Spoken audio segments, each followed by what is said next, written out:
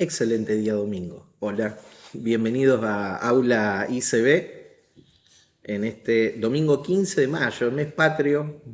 Hoy, este mes, celebramos la declaración de la Revolución de Mayo, ahí en 1810. Pero bueno, estamos compartiendo con otros hermanos de otras partes también del mundo. eh, que es una alegría que puedan ir sumándose al estudio que hacemos y poder bendecirlos, edificarlos desde este lugar. ¿Con qué se edifica la iglesia? La iglesia se edifica con Cristo. ¿Mm? O sea, ¿cómo funciona la edificación de la iglesia? La iglesia es el cuerpo de Cristo. Por lo tanto, ¿con qué elementos se edifica la iglesia? La iglesia se edifica en la dinámica que se genera de fe, comunión y servicio entre cada una de las partes, esas piedras vivas que formamos parte de esa iglesia. ¿Y cómo se edifica? Se edifica en un intercambio de lo que de Cristo hay en mi vida a lo que de Cristo hay en la vida de ustedes. También hay otras cosas, hermanos, pero es responsabilidad nuestra, es extrema responsabilidad nuestra que podamos transferirlo de Cristo. Después las otras cosas están ahí y nuestro compromiso con la operatividad de lo de Dios en nosotros es trabajar en esas otras cosas. Bien, ¿cómo estás, Juan? Bienvenido.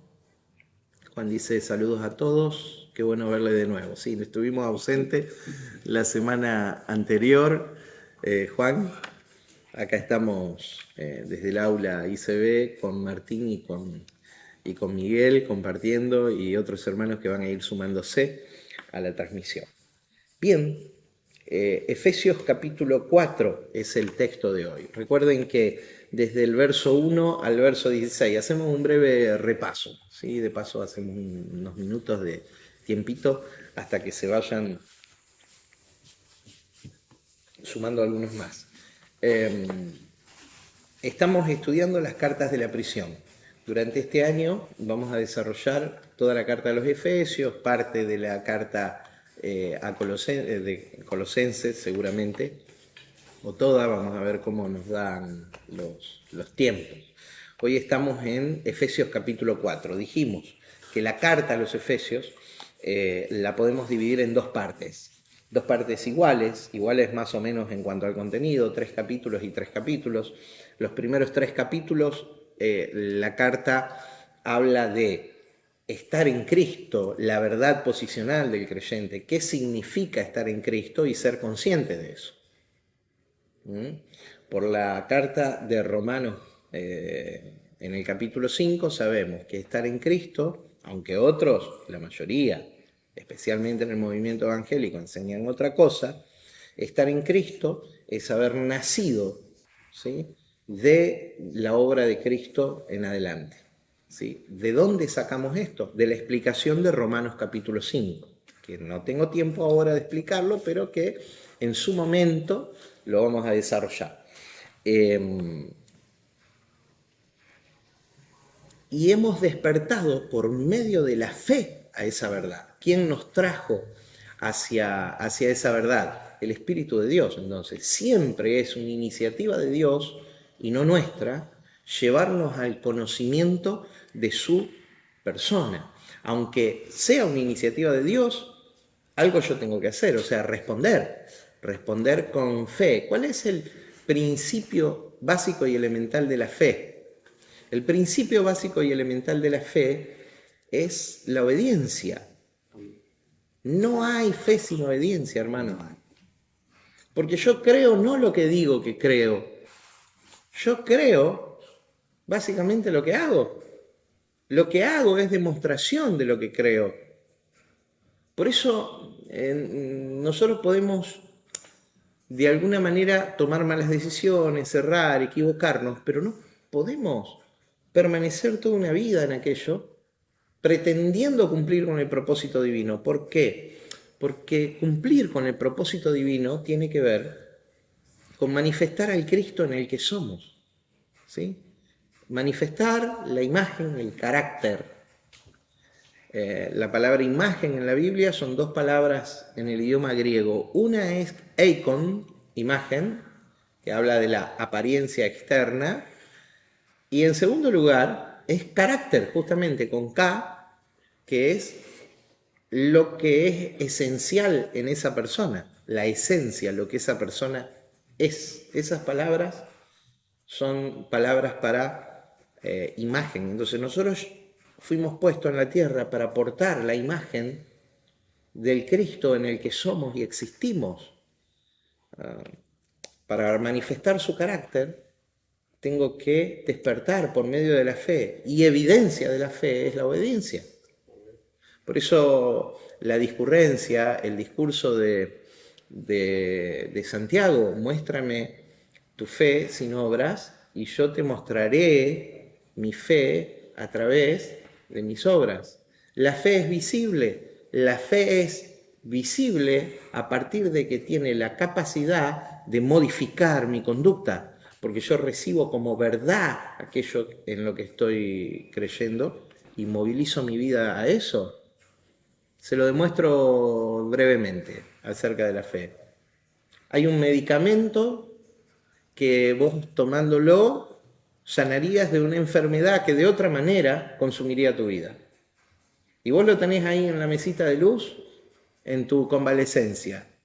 Lo tenés ahí, lo dejás ahí, ¿lo tomarías o no lo tomarías? Sí. Bueno, porque el acto de tomarlo tiene que ver con que vos creés que aquello te puede sanear, te puede sanar, librar de la muerte. Bueno, así opera la fe.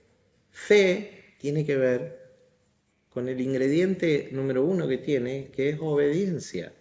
Obediencia. Cuando el apóstol Pablo en Romanos capítulo 1, creo que es el verso 4,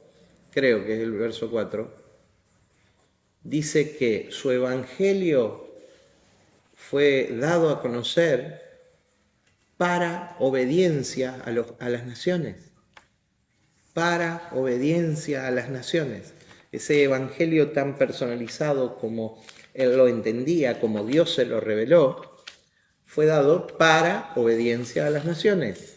Y el apóstol Pedro no está muy distante de aquello cuando dice en su segunda carta, capítulo 1, verso 2, dice, para obedecer y ser rociados con la sangre de Jesucristo. Entonces, fe demanda la respuesta de la obediencia. Dicho esto, a título de introducción, seguimos con Efesios. Entonces, los tres primeros capítulos de la carta a los Efesios hablan de la posición que tenemos y la expresión preponderante es en Cristo. Ya expliqué lo que es estar en Cristo y ser consciente de eso, o sea, haber despertado a esa verdad de estar en Cristo.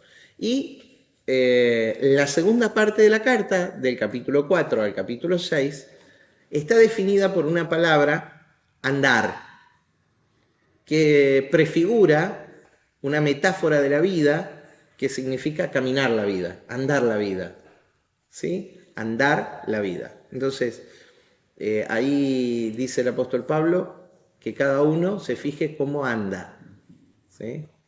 Empieza en el capítulo 4 ya diciendo que andemos como es digno de la vocación con que fuimos llamados, ¿sí? Después dice que andemos en novedad de vida, en nueva vida, en la nueva vida que se nos ha revelado y que está en Cristo guardada, según Colosenses, está en Cristo guardada, podemos decir. Después habla de andar en amor. Después habla de andar en luz. Después habla de andar en el Espíritu. Después habla de andar en orden. Y todas estas cuestiones las desarrolla dándole coherencia a la carta. Diga por favor coherencia. Coherencia. ¿Qué es coherencia? Coherencia es la correspondencia entre lo que digo y hago. Vamos de nuevo. Coherencia es la correspondencia entre lo que yo digo y hago. ¿Mm? Entonces, si digo una cosa y hago otra, es incoherente, no cierra.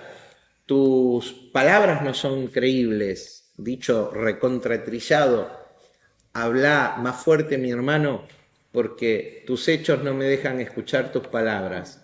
¿Se entiende? O sea, esto es una realidad, ¿sí? No por dicho muchas veces, es una realidad. No por repetitivo es verdad. No por repetitivo es mentira en este caso. En Esto este es verdad. caso, sí, verdad. Esto es verdad y a las pruebas de la vida me remito. Se dice que nuestro cerebro tiene la capacidad de captar inconscientemente cuando una persona está diciendo la verdad o cuando está mintiendo, inconscientemente. Aunque hay algunos que han aprendido a camuflar aquello, o lo intentan por lo menos. Yo digo, qué cosa en vano mentir, porque al único que podemos mentir, a nosotros mismos. Es a nosotros mismos. Al otro no lo podemos... No. A ver, nosotros intentaremos venderle una versión de las cosas al otro. Pero, ¿a quién mentimos realmente? ¿A quién dañamos con la mentira? Directamente nos dañamos a nosotros mismos. Pero bueno, esto lo vamos a ver cuando lleguemos a andar en luz y lo que significa hablar verdad. ¿Eh? Una de las ataduras, una de las limitaciones, lo puedo decir, usé la jerga evangélica, atadura, pero eh, lo, lo digo en un vocabulario más entendible para el común de la gente. Una de las limitaciones más grandes del ser humano es su apego a la mentira como instrumento o herramienta para beneficiarse. Bueno, capítulo 4, 5 y 6, andar, que es el aspecto práctico, de lo que significa estar en Cristo.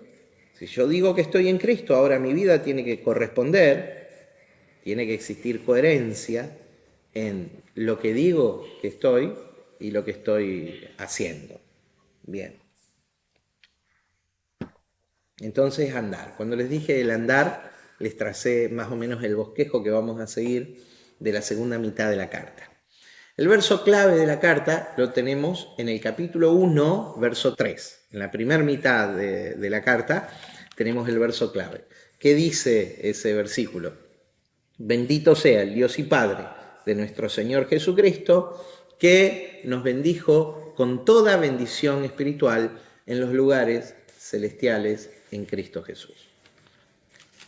Y el pasaje que tenemos por delante, el capítulo 4, es andar en unidad. El mensaje de los primeros 16 versos es andar en unidad. Y hablamos del poder que desata la unidad. Miren, hermanos, hay un nivel de accesibilidad al poder de Dios cuando nosotros descubrimos quién somos en Cristo. Y hay un yo real que empieza a gobernar nuestra vida, que empieza a quitar las caretas del yo ficticio que fui construyendo a lo largo de mi vida. Porque empiezo a entender, a comprender el propósito de Dios. Entonces ese yo ficticio, la psicología habla del yo ahí, pero el apóstol Pablo ya lo mencionaba antes, ese yo ficticio que está asentado en el alma, le podemos llamar carnalidad. Es nuestra carnalidad. Yo diferencio un poquito, si bien en la Biblia no está muy claro. La expresión carnalidad va por un lado y la expresión carne por otro, porque a veces la Biblia habla de la carne como la existencia física, no, y a veces habla de la carne como el sistema de creencias en nuestra alma, ¿no? Hay que diferenciar ahí. Entonces yo prefiero usar la expresión carnalidad para hablar del sistema de creencia que afecta a nuestra alma, y cuando digo carne, por lo general, estoy hablando de la existencia física nuestra, de la existencia, por ejemplo, una frase, Cristo en los días de su carne. ¿Cuál era en Cristo? Jesús nunca manifestó carnalidad o sistema de creencias erradas de su yo. Él manifestó siempre espiritualidad, ¿sí? Corrección, alineamiento con el Padre. Su alma era un alma perfecta, ¿sí? Que estaba completa y totalmente alineada con el Espíritu. Por eso él era el hijo teleios, el hijo perfecto, el hijo completo, la manifestación pura de lo que es el Hijo de Dios. Ahora, Cristo en los días de su carne, estoy haciendo alusión a su existencia física material en la tierra, en los días de Jesús, ¿sí? Entonces ahí uso la expresión carne como existencia física material. Y me refiero a la manifestación de todo lo perverso que todavía podría anidar en el corazón del hombre como carnalidad. Y esto es producto de haber construido una imagen de sí mismo totalmente falsa, ficticia, con caretas, con muletas, ¿sí? Totalmente limitante. Bueno, ese es el efecto de la carnalidad en nuestra alma. Aprovecho que me puse los lentes y veo ahí a Silvia Pérez, profeta, ¿cómo estás? Desde la ciudad de La Rioja nos está siguiendo, así que esta vuelta está haciendo un tour por esos lugares, un tour misionero. Buenísimo, te bendigo, Silvi. Veo otros más, no los, Marcela Berlanda en su tour misionero definitivo allá, definitivo por ahora, digo, en Santiago de Chile. Te bendigo, Marce, buenísimo que poder estar conectados acá y compartir, como lo hemos hecho presencialmente tantas veces, ahora también a través de la red. Excelente, excelente. Bien. Estamos en el capítulo 4 de la carta a los Efesios. Vimos que hay poder que se libera en ese descubrir que somos uno con Él y que somos uno en Él. Entonces, ¿por qué hablé esto de la carnalidad, de la carne? ¿Por qué? Porque ese yo ficticio que llamamos carnalidad tiene que caer, ese sistema de creencias erradas, ese sistema de creencias limitante, y nuestro trabajo tiene que ser con reemplazarlo con el sistema de creencias del reino, con el Cristo en nosotros, con la vida de Cristo expresada, básicamente con amor, entendido en la más alta, en la más alto nivel de jerarquía que pueda existir como parámetro moral de la vida. Amor, entendido como el amor, hecho expresión física, hecho expresión relacional. Porque, como diría alguno, el yo, mientras nosotros estemos en el yo, específicamente en el yo ficticio, nos perderemos una dimensión que es la dimensión extraordinaria, es una dimensión extraordinaria de plenitud, que es la dimensión del nosotros. Por favor, diga conmigo nosotros. Nosotros. El yo tiene que empezar a dejar lugar al nosotros. Durante muchos años el sistema religioso propició la exaltación del yo y el hacerse un nombre. ¿Por qué? Todas cuestiones que tienen que ver con la carnalidad del ser humano. Tantas fotos, tantas imágenes, tanto del gran siervo de Dios. Siervo significa esclavo, hermano. Del gran siervo de Dios, del director, del presidente, del apóstol, del patriarca, del no sé qué. No sé qué decir. Por sobre los demás. Esa exaltación del yo perverso transmite un mensaje sin palabras a la comunidad que pretendemos ser, que no aporta a la construcción del Cristo en el que somos, al desarrollo de la vida de Cristo en nosotros. Porque el desarrollo de la vida de Cristo no es individual, No. Comienza individualmente. Pero se desarrolla en comunidad. Se desarrolla en comunidad, porque Cristo en los días de su carne, fue Jesús, fue un individuo, uno. Pero Cristo hoy, en la manifestación de la iglesia como expresión del reino de Dios absoluto, Cristo hoy es un cuerpo, es una construcción colectiva. ¿Para qué? ¿Para qué el cuerpo de Cristo es una construcción colectiva? No solamente la Biblia dice que la iglesia es el cuerpo de Cristo, cuerpo que hasta el hartazgo lo decimos, pero yo no pierdo oportunidad de repetir esto porque se dice tantas otras cosas que esto hay que repetirlo hasta el cansancio. Cristo es el cuerpo físico, material y visible. Perdón, la iglesia es el cuerpo físico, material y visible de Cristo en la tierra.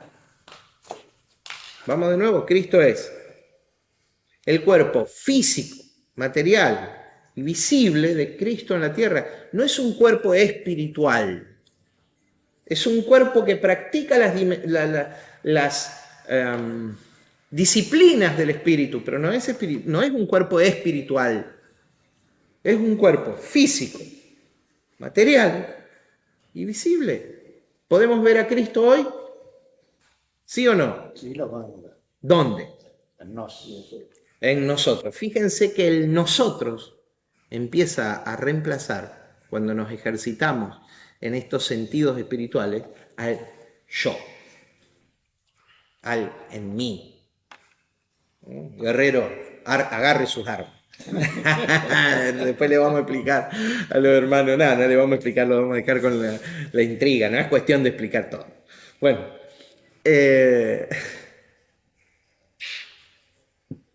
entonces, una dimensión de plenitud tiene que ver con el nosotros. Nosotros, diga por favor nosotros. Nosotros.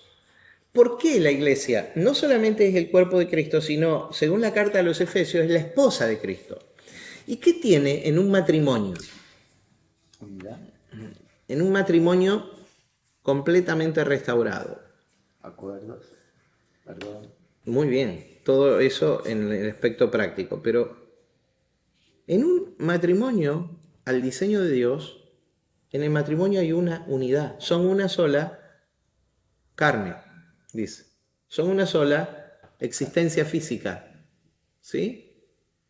Una sola existencia física, eso es el matrimonio bajo la revelación de Dios, ¿sí? Bajo el diseño de Dios. Entonces, Cristo y la iglesia son una sola existencia física, ¿sí? Pero hay algo que la mujer tiene que el hombre no tiene y viceversa. Pero en el caso de la mujer es matriz. La mujer tiene matriz. Entonces en el matrimonio la mujer porta la matriz. ¿Qué es la matriz? El lugar a donde se engendra. Si Cristo va a ser engendrado y dado a luz en las naciones de la tierra, va a ser engendrado en el vientre de la iglesia. Mi hermano, esto es de un nivel de profundidad que hace falta que lo mastiquen. Lo digo de nuevo. Usted note y después en sus disciplinas con el Espíritu de Dios, porque yo te puedo transferir conocimiento, pero es el Espíritu de Dios el que te lo tiene que revelar. ¿Sí? Es en tu disciplina, práctica diaria, en tu contacto con Dios, en tu meditación, medita estos principios. Lo que de Cristo veremos en la tierra, este Cristo naciendo en las nuevas generaciones, ¿sí? Lo veremos porque fue engendrado en la matriz. La esposa de Cristo, la iglesia, porta la matriz. para engendrar al Cristo para las naciones. Ahora digo lo siguiente.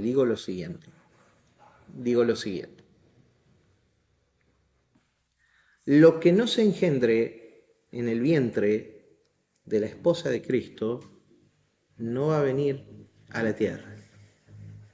Por lo tanto, nosotros tenemos la alta responsabilidad por haber despertado por medio de la fe a la conciencia del Cristo en nosotros, ¿sí? No, porque este es otro tema que desarrollaremos con el transcurrir del tiempo, no a la presencia de Dios, sino a la esencia de Dios en nosotros, porque ahí es necesaria una migración de creencia, una migración mental también, una actualización de la iglesia. Me sale en la computadora a veces cuando algún programa está desactualizado, actualizar y reiniciar. Actualizar y reiniciar. Bueno, la iglesia necesita actualizar y reiniciarse para poder estar a la altura de la demanda de los tiempos que estamos atravesando. Entonces, lo que de Cristo nacerá en el mundo, nacerá a través de la iglesia. ¿Cuál es el plan de Dios para la humanidad? Oh, estamos filosóficos. Y en principio que todos lleguemos a Él y seamos salvos. Sí. En principio es la unidad, Sí, sí. porque Él es como. Uno. ¿Nosotros de qué estamos hechos? De Él. Ah, Nosotros tomamos su esencia. Acuérdense, sí. si vos haces énfasis en el paradigma de presencia, vos concebís a Dios como otro. Pero si vos haces énfasis en el paradigma de esencia, vos concebís a Dios como uno con vos. Esto es lo importante de esa migración mental en la iglesia. Pero digo ahora, y el plan de Dios es que algunos logren ser uno. No, todos. El plan de Dios es global, es sobre toda la humanidad. Ahora, ¿cómo el mundo llegará a ser uno con una iglesia totalmente fragmentada y dividida? ¿Quién tiene que dar a luz la esencialidad de Cristo en las naciones? Nosotros. La iglesia. Claro, nosotros. Ajá. La construcción colectiva de la expresión de Cristo que se llama iglesia, en su dimensión global, no en su dimensión institucional, Entonces, será importante que empiece por casa, por uno mismo, y que empiece por nuestra esfera de autoridad natural, y que empecemos a practicar lo que une al mundo. ¿Qué es lo que une al mundo? ¿Qué une al hombre y a la mujer? El matrimonio. Al hombre y a la mujer lo une la expresión del amor en su dimensión física. ¿Qué une a la iglesia? A la iglesia la une la expresión del amor en la dimensión del espíritu. A ver, muchachos, no hay forma de vivir en plenitud si no expresamos a Dios, que es amor. Estamos entretenidos perdiendo el tiempo. Somos parte de una organización más que tiene el parámetro de éxito que Dios no tiene, que tiene el parámetro de éxito de juntar personas, manifestar alguna bendición de forma física, material, monetaria, cosas que son importantes, pero éxito en Dios es cumplir la asignación y el propósito. Yo no sé por qué estás atravesando vos. Capaz que acá tendría que concluir y todavía no empecé.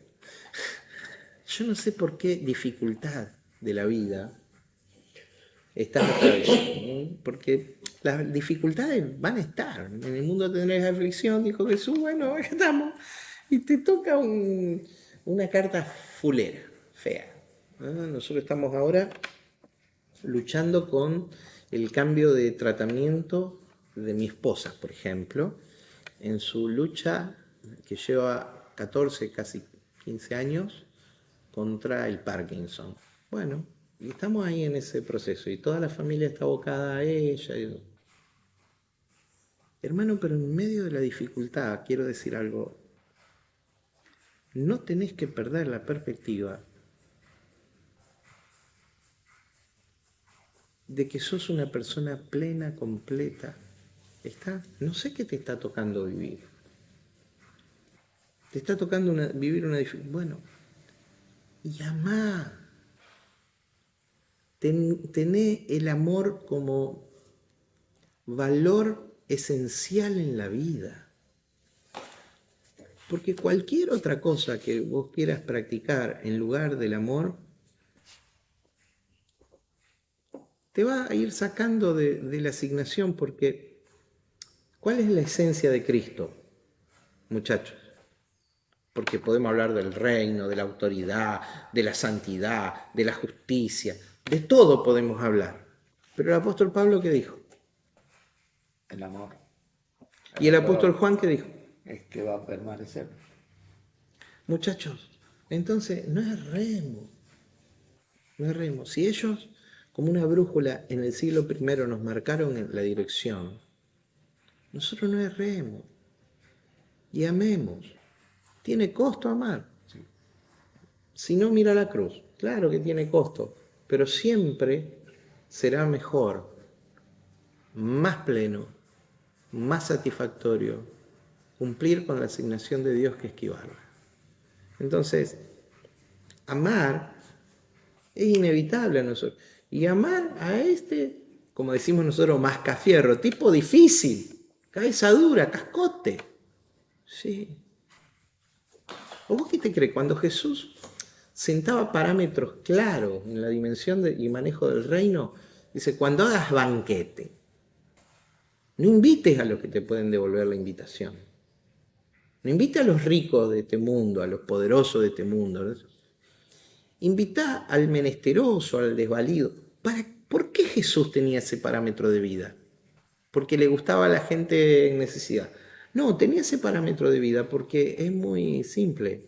Estaba diciendo, amá. El amor no espera retribución. Y el amor en la dimensión del reino es incondicional. Perdón, ¿condicionó Dios el amor a vos? No. Te hago una pregunta. ¿Dios te ama más porque vos obedezcas más? No. Definitivamente, ¿no? Sí, no. ¿Dios te ama más a vos que lees la Biblia todos los días y orás todos los días que al borracho que está perdido allá en la esquina tirado y abandonado de su familia? No. Entonces, a ver, cosas tan sencillas a la vez profundas. ¿Por qué nos cuesta tanto practicar el amor? Ah, pero fulano es así, asá conmigo. Bueno, amá. Listo. ¿Cuál es la receta del reino? Así es. Amá. Porque después hay un montón de gente hablando del reino sin conocer la esencialidad de Dios. Como si el reino sería una cosa y el rey sería otra diferente. No, es lo mismo. El rey y el reino es lo mismo. Entonces, muchacho, hay muchachas escuchando, por favor, sintonicen la dimensión de amar con inteligencia, con sabiduría, con prudencia, gestionando bien la vida, porque a veces en el amor también podemos amar a lo chamamé, decimos nosotros, a lo loco, podemos decir, a lo bruto, no sé, son palabras que no quiero usar, ni loco ni bruto, pero así, amar sin inteligencia, sin sabiduría, sin prudencia. No, amemos con prudencia, Amemos guardando pero amemos, amemos. Y si no, miremos a Jesús. Y hoy vamos a ver algo. Pues me metí en una parte práctica, le di más tiempo de lo usual. Ahora nos vamos a meter en el texto. Diga unidad. Unidad. Dios anhela ver la unidad en su iglesia. Porque lo que no nazca de la iglesia no llegará al mundo. ¿Me explico? Debe nacer de la iglesia el diseño y el plan de Dios para la humanidad. Una humanidad manifestada en un solo hombre. ¿Y cómo es el nombre de ese hombre? Cristo. Cristo. Perfecto. El nombre de ese hombre. Cuando en el capítulo 4 a los Efesios va a hablar del nuevo hombre. Dios tuvo una nueva creación. No tendrá. Basta con el futurismo. Basta con el futurismo. Una de las cartas más negras de la iglesia, especialmente evangélica. No es tendrá una nueva creación, tendrá un nuevo hombre. No, Él tiene una nueva creación. Él tiene un nuevo hombre. ¿Y quién es ese nuevo hombre? Cristo. Y hoy Cristo se manifiesta y se revela, no físicamente paseando entre la iglesia, ni espiritualmente. Ahí está Cristo, lo que pasa es que ustedes no lo ven y yo sí, pues soy más espiritual que ustedes. ¡No! Hoy se revela en la vida de mi hermano. Mi hermano, decís, mi hermano. Mi hermano. Las palabras no son caprichosas, están cargadas de significado. Es mi hermano. Y el que está ahí en la calle arruinado es mi hermano. Y el que te jorobó, el que te molestó, el que te afectó con algo que hizo en contra tuyo, también es mi hermano. Ah, pero no va a la iglesia, pero es mi hermano. Es hombre, mujer, respira, es mi hermano. Es mi hermano. Pertenece al género humano, es mi hermano.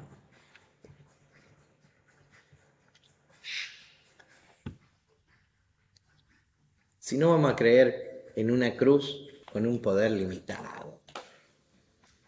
Esa es la cruz de la religión. No se la activa. Mira, hoy vamos a ver cómo le podemos llamar. Si titulamos el pensamiento de Dios esta mañana, vamos a meterlo en el texto porque se nos va toda la mañana. Lo podemos titular El gran descenso. Eso enunciado de manera negativa, el gran descenso. Y estamos hablando del gran descenso de Cristo. Si lo titulamos de manera positiva, y a mí me gusta más este título que voy a dar ahora, podríamos decir la victoria del uno. Porque ¿de qué viene hablando? De unidad, ¿no? Y de guardar la unidad. No de hacer la unidad, guardarla. Bueno, escuchen el estudio de la semana anterior, hace 15 días, porque la semana pasada, por el tema del cambio de medicación de mi señora, no pude salir al aire. La victoria del uno.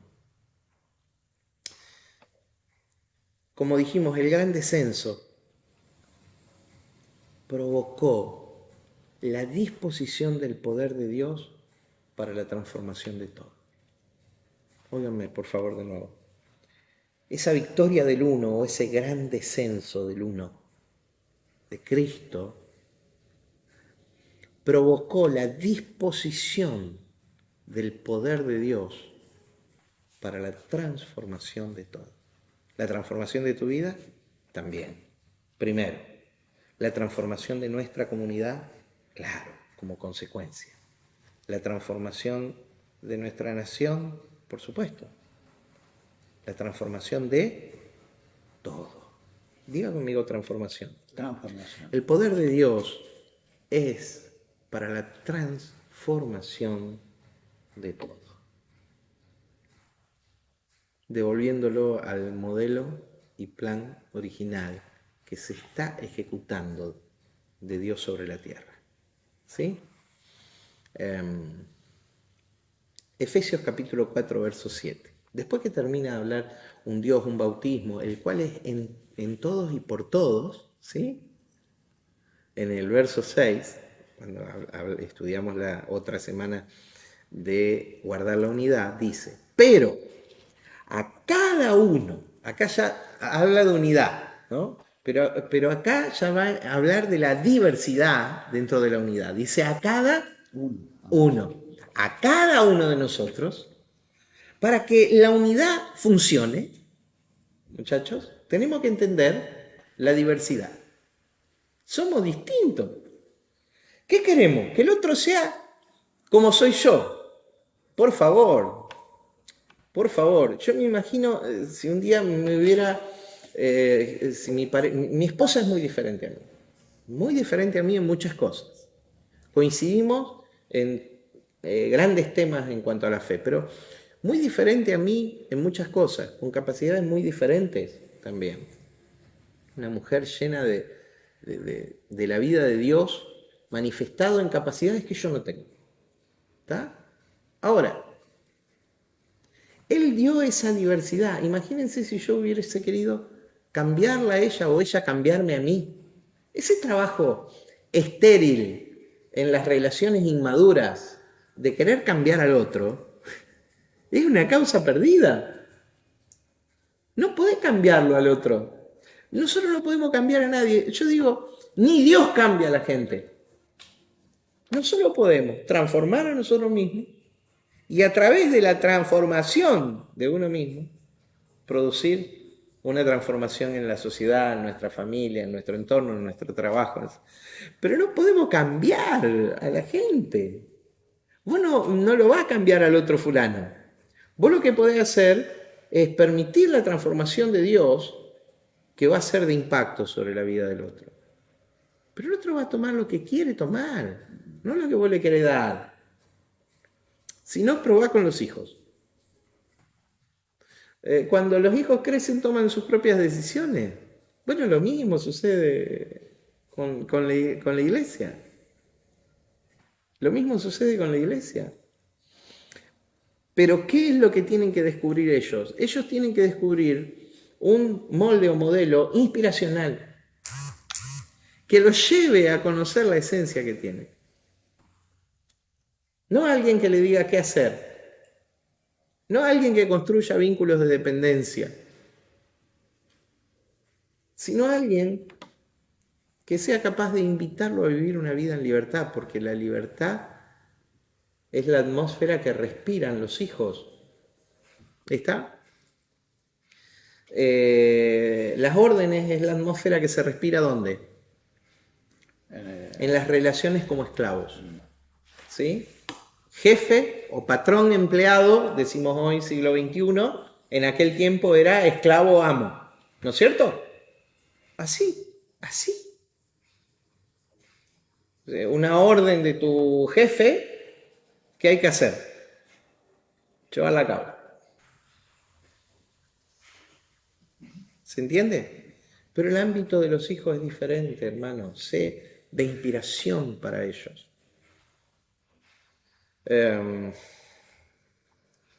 Dice diversidad. No quieras cambiar a los otros. Ayúdalos a explotar su máximo potencial, porque tienen potencialidades que vos no tenés. Y el éxito, los que entendemos de la construcción colectiva, día a día aprendemos más, porque está ese yo adentro, el yoyito adentro que nos molesta, ¿viste? Cuando nos hacen algo y lo tomamos personal, por ejemplo. ¿Cómo detectás el yo? Tu mentalidad de carnalidad. ¿Cómo lo detectás? Te hacen algo y te molesta. Ya me voy a vengar. Me lo hiciste a mí. A ver. Miguel me dejó desordenado mi escritorio. Si ustedes vieran mi escritorio. Miguel me dejó desordenado mi escritorio. Me lo hizo a mí. Eso es tomarlo personal. No, Miguel dejó desordenado el escritorio. Lo voy a ayudar para que el desorden no sea un parámetro en su vida. Pero él decidirá. cómo, qué y hasta dónde quiere. ¿Me explico?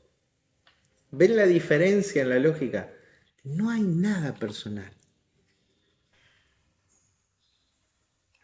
Las cuestiones no son personales. No son personales. Por eso hay tanta gente que llega a tu vida y se va de tu vida y es extraordinario, pero si vos tomás que las cosas son personales, eso causa, ¿qué cosa? Heridas, ¿sí? Enemistades. Las cosas no son personales. Yo sé que si Miguel vive de manera desordenada en el ambiente y no le voy a dar para que administre nada que tenga, sé que lo que él administre va a estar desordenado. ¿Se entiende? Porque nosotros proyectamos lo que somos. Perdón, no lo que somos, lo que percibimos que somos, porque en realidad lo que somos es Cristo en nosotros. Bien. Entonces, pero a cada uno de nosotros nos fue dada la gracia conforme a la medida del don de Cristo. Y acá empezamos con el griego. La palabra medida es la palabra metrón, de donde viene metro, patrón, medida. ¿Sí? ¿Y cómo es el patrón medida? Acá dice conforme al don de Cristo. El patrón o medida es Cristo. Y la expresión ahí, don, viene de una palabra, un verbo, dorón, que es entrega, dádiva, regalo. Entonces, cada uno de nosotros nos fue dada la gracia conforme al patrón, medida de Cristo. ¿De qué dimensión es la gracia que vos disfrutás, Miguel? No tiene medida. Es la medida de Cristo. Sí, no tiene medida. Y al final, en el verso 10, dice que Cristo lo llena todo. Entonces, la medida como es inconmensurable, no se puede medir. En el capítulo 3, hablando del amor y de la medida del amor, el apóstol Pablo dice que es inescrutable, no se puede contar. Entonces, ¿cómo es la gracia que tenemos? La gracia no es una gracia limitada, la gracia es una gracia perfecta, completa, madura, total, absoluta. Esa es la gracia que Cristo nos ha dado. Total, absoluta, completa. Ese es el ámbito de desarrollo del Hijo o de la vida del Hijo en nosotros. Entonces, cada uno nos fue dada la gracia, el favor de Dios, conforme al metrón, la medida del regalo de Cristo a nosotros. ¿Y cómo es a los hombres? ¿Qué? Un regalo. El regalo no es solo a la iglesia, empieza a la iglesia con una mentalidad expansiva, porque es a los hombres, no es solo a la iglesia. Entonces el verso 8, en el verso 7 tenemos la dimensión de la gracia. ¿Cómo decimos que es esa dimensión? No tiene límite, es inescrutable, es ilimitada, es absoluta, es global, es completa, es perfecta, es plena. Encaja ahí el concepto de pleroma o el concepto de teleios, de perfección. Así es la dimensión de la gracia. Pero en el verso 8 no vemos solo la dimensión de la gracia, acá vemos una discusión, la discusión de la cautividad. Acá aparece un instrumento que, de acuerdo a cómo vos te pares en tu cosmovisión acerca de la iglesia y la interpretación del mundo y del mundo espiritual, es la concepción que vos vas a tener, la cautividad. Si vos te parás desde un lugar espiritualista, no dije espiritual, dije espiritualista, o sea, ¿qué es el espiritualismo? El espiritualismo es la exacerbación, el desviarse del equilibrio, del centro, hacia sectores que enfatizan que todo es espiritual. ¿Sí? El espiritualismo le encanta hablar de demonios, le encanta hablar de que las cautividades ahí son las maldiciones, le encanta hablar de todas estas cosas que yo he dicho en algún momento también, os reconozco, he pasado por ahí, pero que hoy entiendo de otra manera. Diga el gran descenso. Y el gran descenso produjo la victoria del uno. Y ahora lo vamos a ver. Por eso dice, por lo cual dice, subiendo a lo alto, llevó cautiva la cautividad. ¿Y qué es la cautividad? Y dio dones a los hombres, ¿no? Subiendo a lo alto, llevó cautiva la cautividad. Algunos en la iglesia que ven una vigencia absoluta del diablo y un gobierno del diablo en el mundo y estas cosas que, hermanos, están desactualizadas, desfasadas. Esto no es así, porque, y explico por qué no es así. Ni el pecado, ni el diablo, ni la muerte tienen dominio en el mundo de hoy. ¿Por qué? Porque si no, la obra de Cristo sería menor a lo que en verdad es.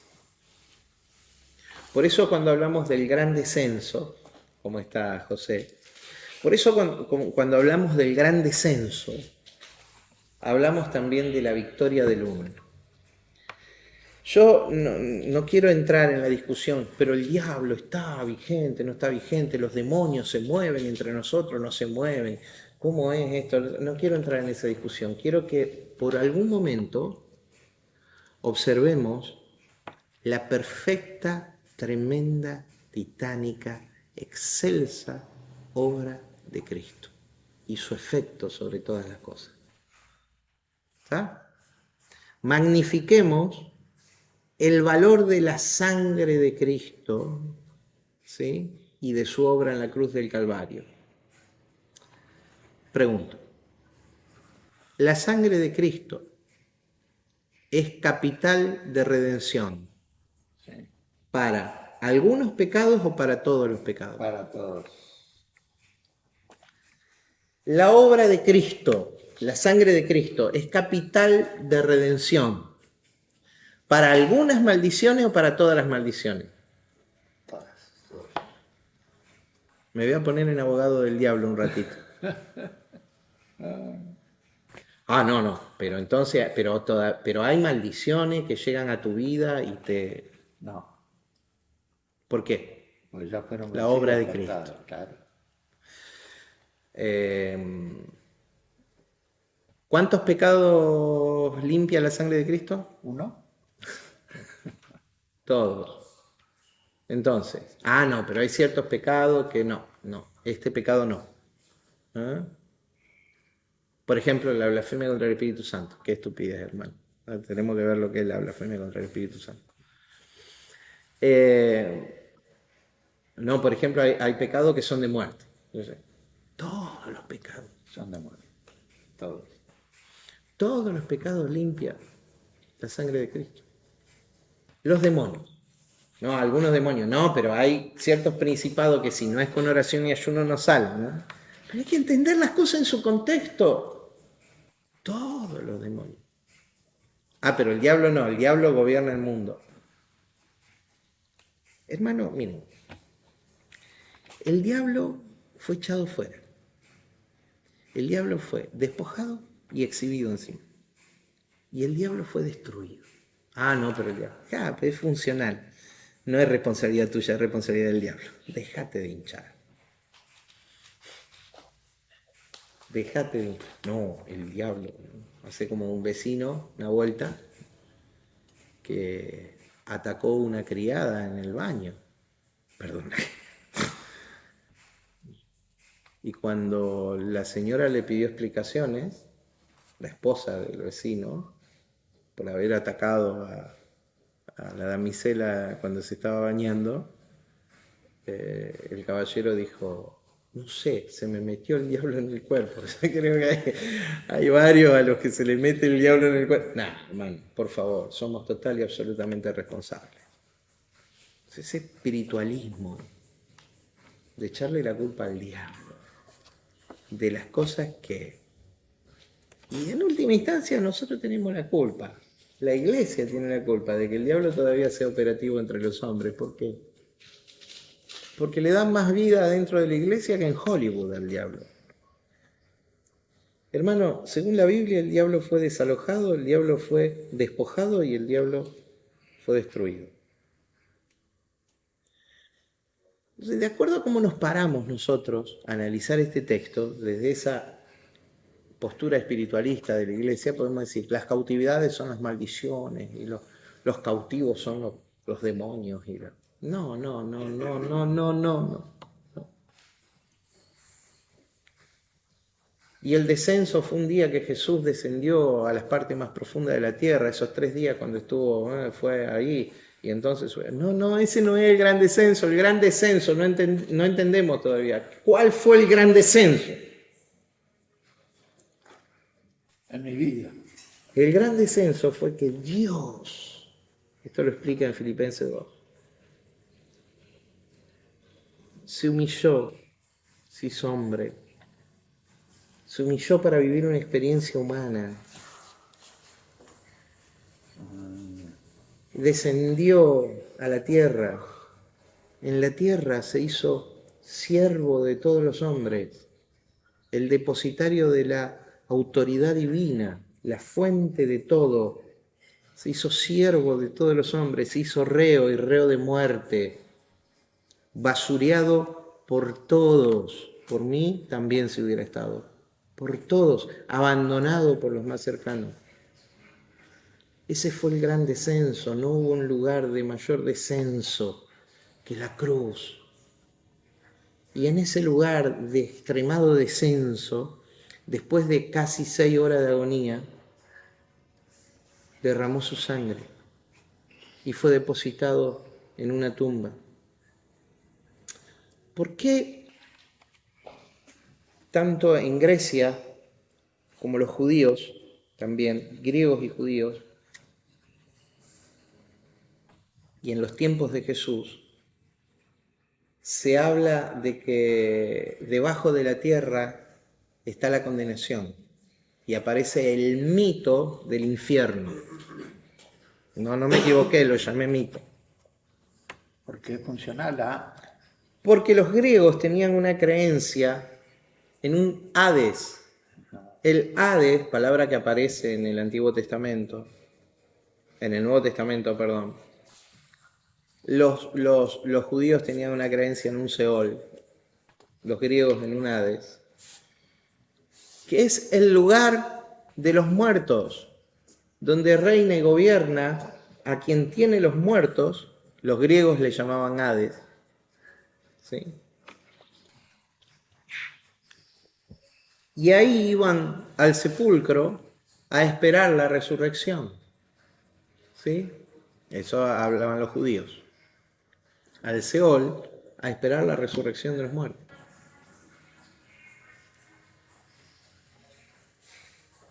Cuando Jesús usa la palabra infierno, infierno es una palabra de matriz latina que significa inferior o debajo.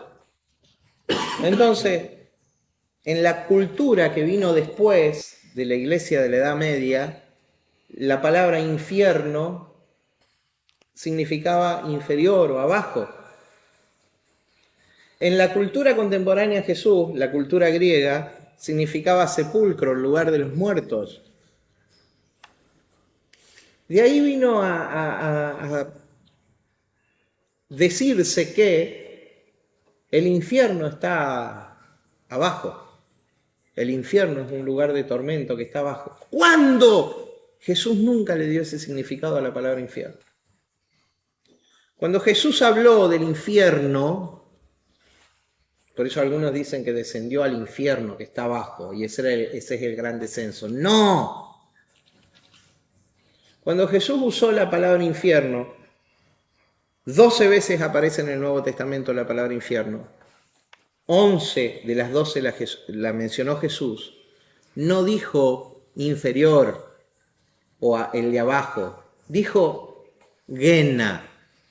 Y Guena era una locación geográfica, una ubicación, una dirección, un lugar. ¿Qué era el Guena?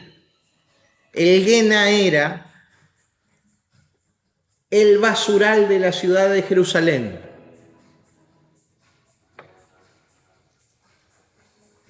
Cuando él dice en el Guena, ahora escuche usted, en el basural, el gusano nunca muere y el fuego nunca se apaga. ¿Alguien de usted vio un basural a la usanza de la generación anterior o hasta la generación anterior? Sí, yo vi. ¿Qué hay en ese basural?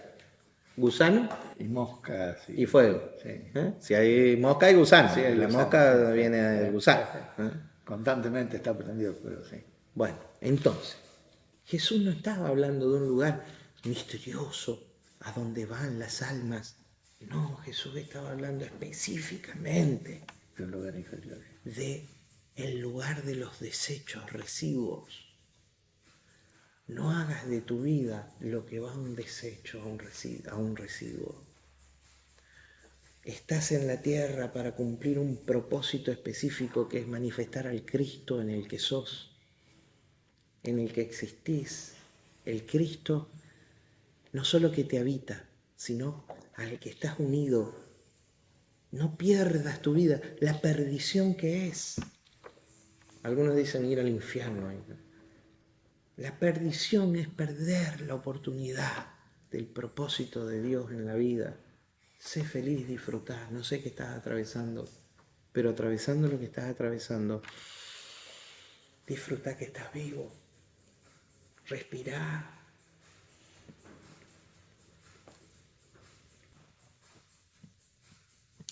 Mi hijo me contó una experiencia. La contó adelante tuyo. La voy a contar ahora, por ahí se enoja mi señora. Perdón, mi vida, si no te pedí permiso para... Ayer estábamos con Martín en el auto. Y el Facundo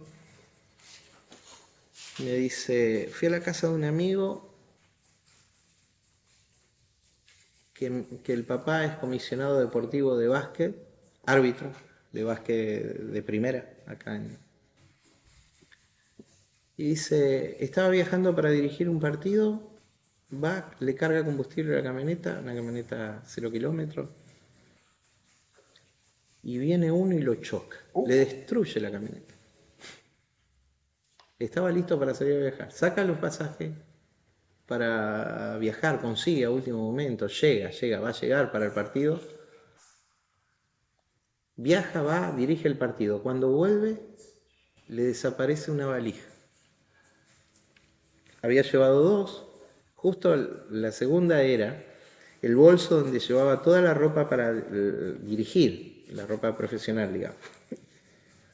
Y dice, hace el número, tanto dinero, dice, oh, otra pérdida más. Lo mira en broma al papá de su amigo y le dice el Facu,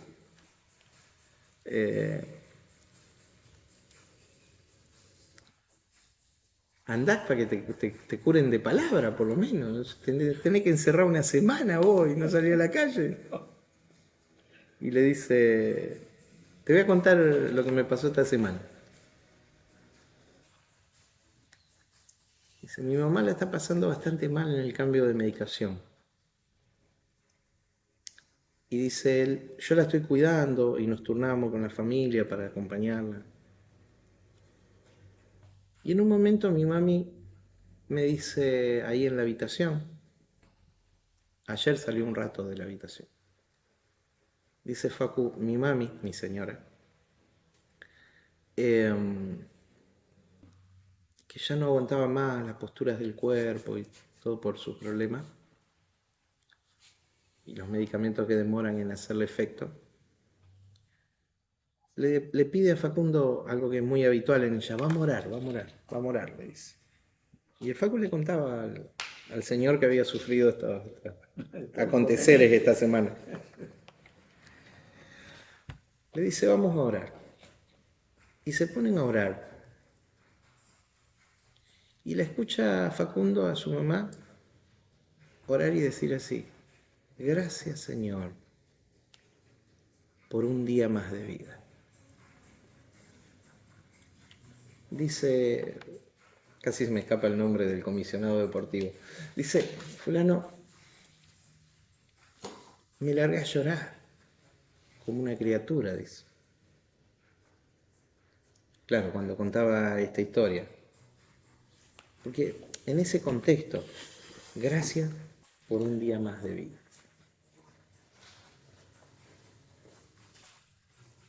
El comisionado deportivo y su esposa estaban escuchando los dos y se largaron a llorar también en ese momento.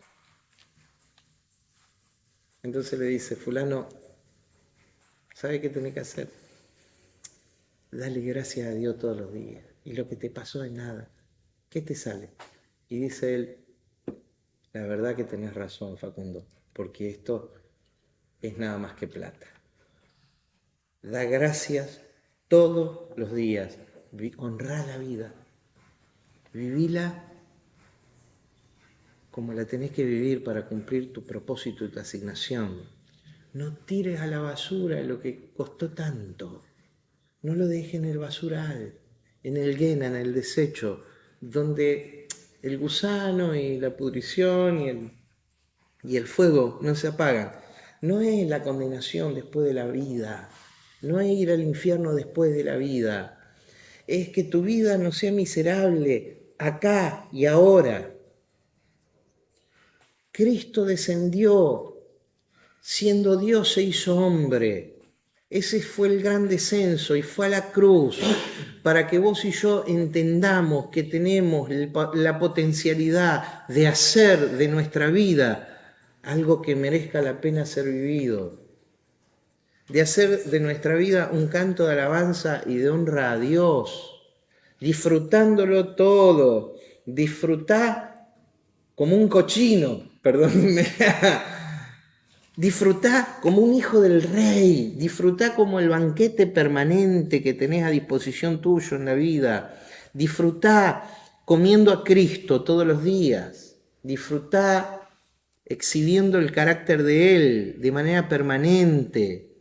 Honrá la vida. El gran descenso no es el descenso al infierno, como algunos dicen. El gran descenso es el descenso a la cruz. Y como no se puede descender más que a la cruz, porque no hay mayor descenso que la cruz, el camino de retorno fue un camino de exaltación.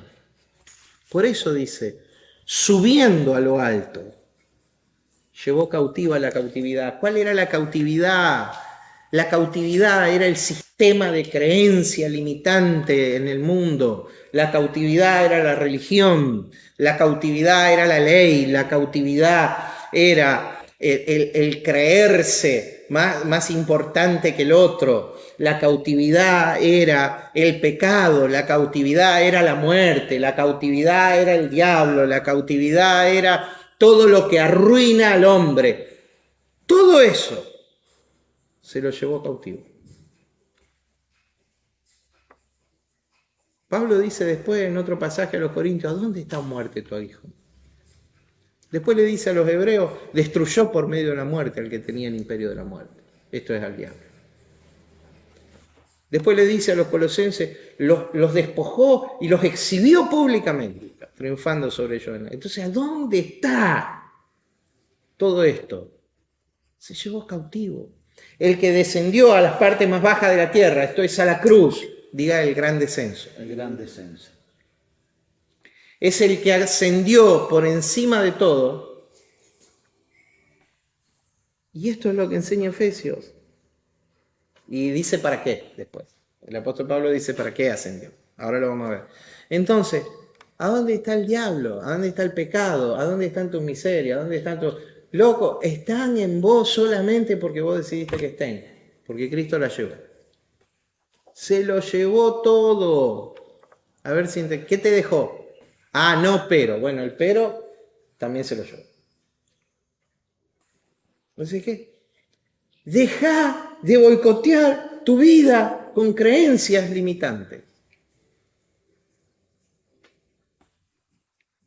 El único que tiene poder para destruir tu vida, ¿sabe cómo se llama? Algunos pensó el diablo, todavía están en un paradigma espiritualista. Otro dice, oh, mi papá, mi mamá. ¿Sabes cómo se llama el único que tiene poder para destruir tu vida?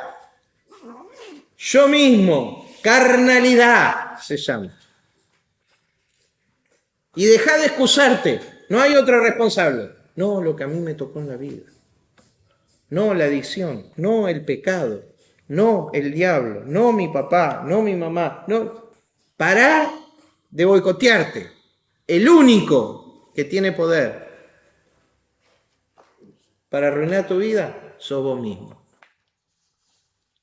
Porque todas las limitaciones que había, Cristo las juntó todas en la cruz. ¿A dónde las juntó? En la cruz. Y resucitó de los muertos para subir, para ascender, trascender.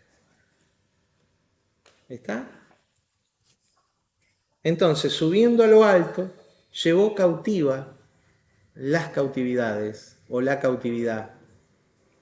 Y entonces dio regalos a los hombres. La semana que viene vamos a ver cuáles son esos regalos, ¿sí? Y vamos a ver que todo esto necesita una estructura, pero la semana que viene, hoy no. Dio regalos a los hombres. Todos esos regalos tienen que ver con la gracia, absoluta, plena, no parcial. No, sí, yo recibí a Cristo, entonces tengo gracia, yo entré a la gracia, pero si peco, salgo de la gracia. Qué Cristo chiquito que tenés. No, yo tengo este problema. ¿Qué Cristo chiquito que tenés? Que concebiste en tu mentalidad limitante. No, pero este pecado, ese pecado está ahí porque vos no lo querés soltar, porque Cristo ya lo eliminó. Y Él ya te hizo libre. Vos no querés salir a la libertad.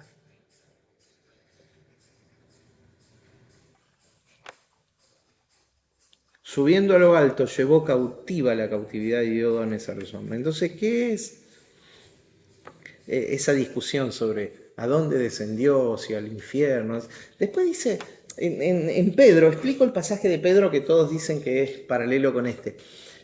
Paralelo con esto es Filipenses 2. ¿Ah? Cuando dice allá pues el mismo sentir que hubo en vosotros, haya en vosotros el mismo sentir que hubo en Cristo Jesús, el cual, siendo igual a Dios, no tomó el ser como Dios a cosa que aferrarse, sino que se despojó a sí mismo. Con el 4 de acá, 4. Con el 4. Ahora, ¿qué es la cautividad? Son todas esas cosas que Cristo se llevó, lo que arruinaba al hombre, las limitaciones, lo que nos impedía percibirnos como uno con Dios, nos impedía concebirnos eternos con Él. Porque como Dios es, nosotros somos. Si no, no somos hijos. Verso 9. El descenso de la gloria. ¿Y eso de qué subió? Resucita y trasciende, asciende.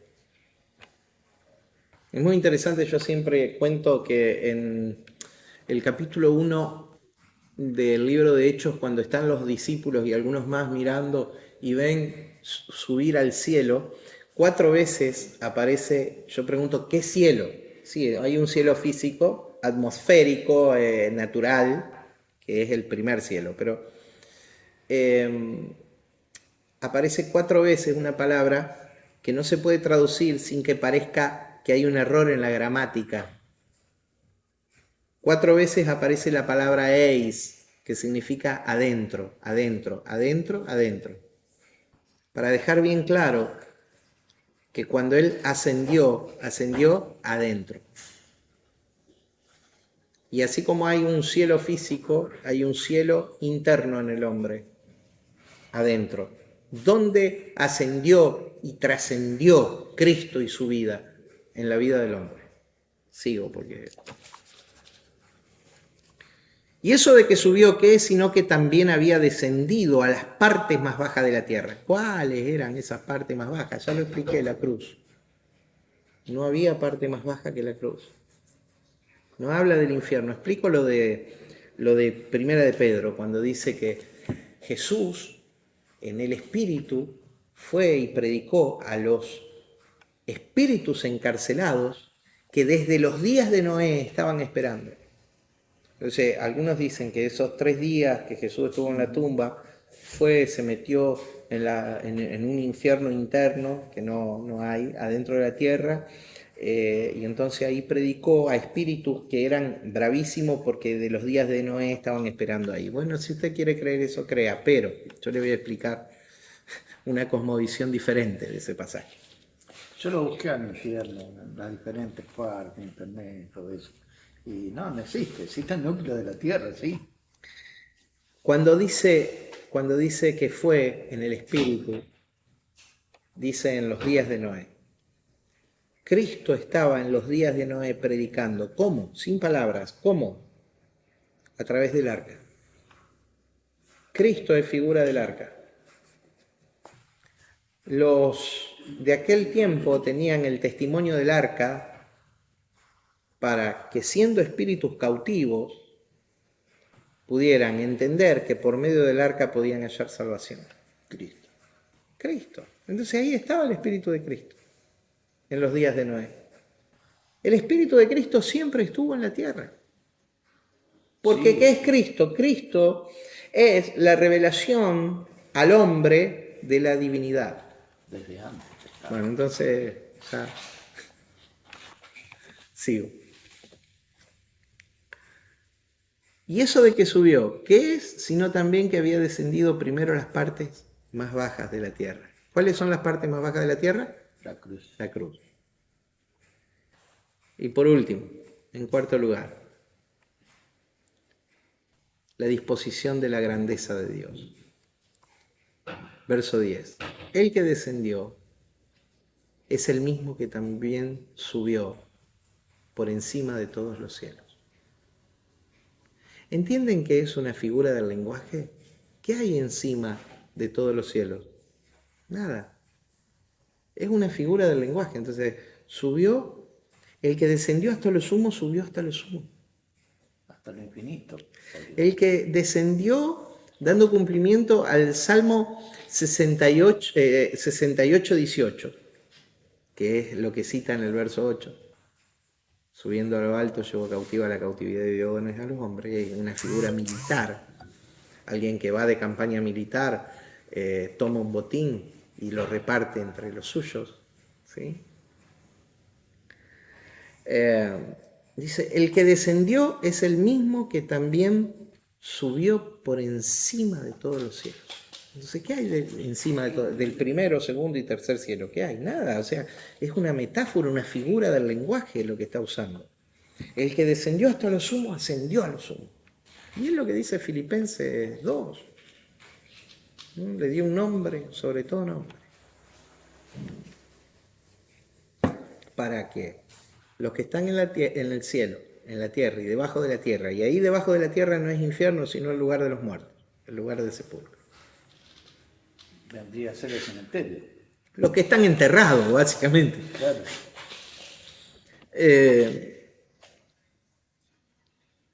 El que descendió es el mismo que también subió por encima de todos los cielos.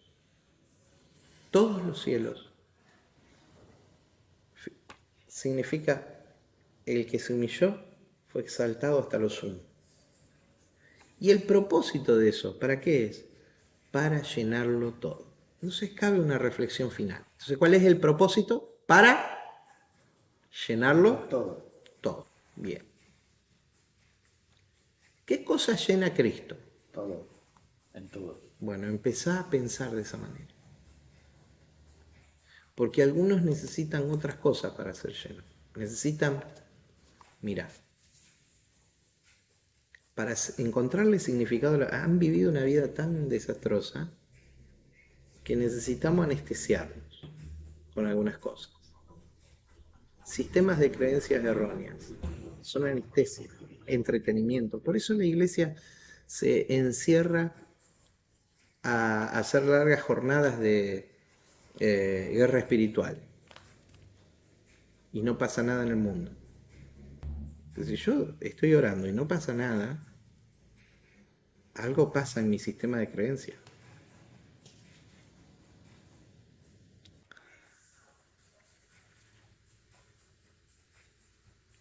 Algunos están estacionados en sistemas de creencias errados. Otros están estacionados en hábitos pecaminosos. ¿Qué llena tu vida? Me siento tan vacío que quiero llenarlo de sexo loco, desenfrenado, fuera del modelo de Dios. Quiero llenarlo de amor al dinero, llenarlo de plata. Entonces, si tengo plata me siento bien, si no tengo... Soy feliz. de cosas materiales, o sea, tengo esto, eso, son cosas materiales, son mis cosas, ¿no? Y las cosas te están teniendo a vos. Vos no tenés nada, las cosas te tienen a vos. Otros están intentando llenar su vida de poder. Qué cosa más terrible. Cuando el hombre intentó llenar su vida de pecado o placeres temporales, de plata o de poder, es porque ese es el vacío existencial del hombre. El hombre desconectado de Dios, pensemos en Adán cuando fue expulsado del huerto, no tuvo más acceso ni a las posesiones, las bendiciones, la abundancia. Edén se llamaba el jardín de las delicias y ahora en la entrada oriental del Edén había una espada encendida que le impedía la entrada. Y él mira y la tierra donde él estaba era una tierra yerma, una tierra desértica, desolada, y empieza a ver lo que había perdido porque el huerto de las delicias era abundancia. Entonces el hombre desconectado con Dios se da a la persecución de plata para llenar su vida. Segundo vacío que Adán tiene ahí, cuando es expulsado del huerto del Edén, es de el placer, ¿sí? El placer que producía ver, servir, conocer, caminar con Dios. No hay cosa que pueda producir mayor placer. Por eso dice, mi casa será llamada casa de oración y los recrearé en mi santo monte. Los recrearé. Isaías 57. 54:7 o 57. Bueno, ahora dudo.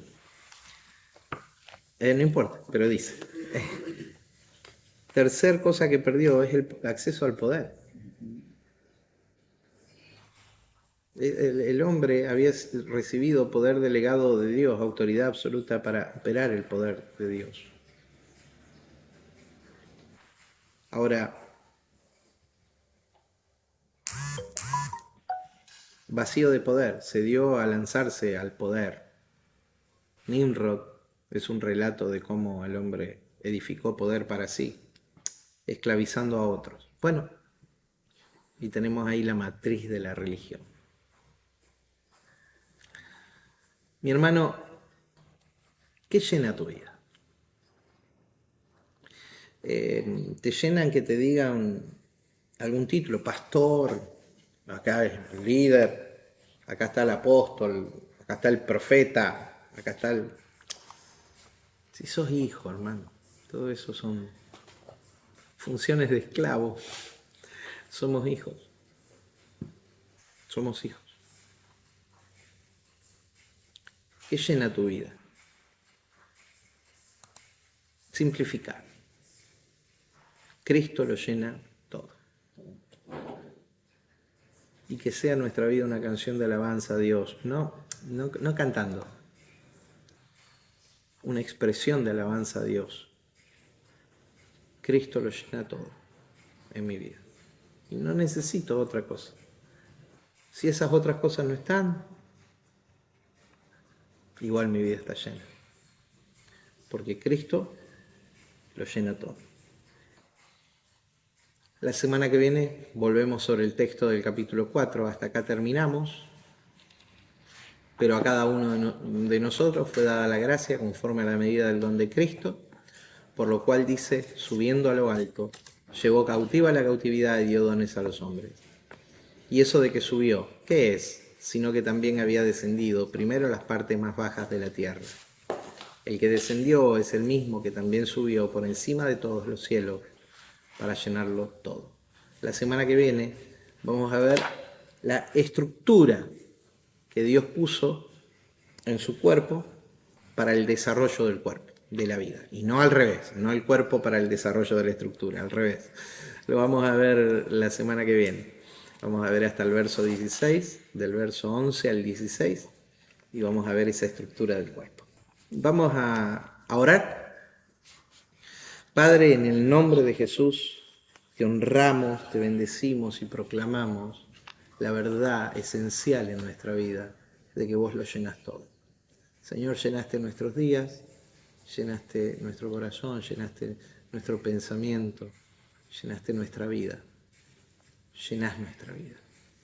Y nosotros nos rendimos a ese pensamiento expansivo, porque lo llenas todo y en todo. Señor, rectificamos la marcha de nuestra vida, ajustamos, Señor, al modelo y propósito tuyo, lo que tenemos que movilizar en nosotros. Y perdón, Señor, por haber pensado que otro era responsable de lo que vivo, de lo que pasa en mi vida.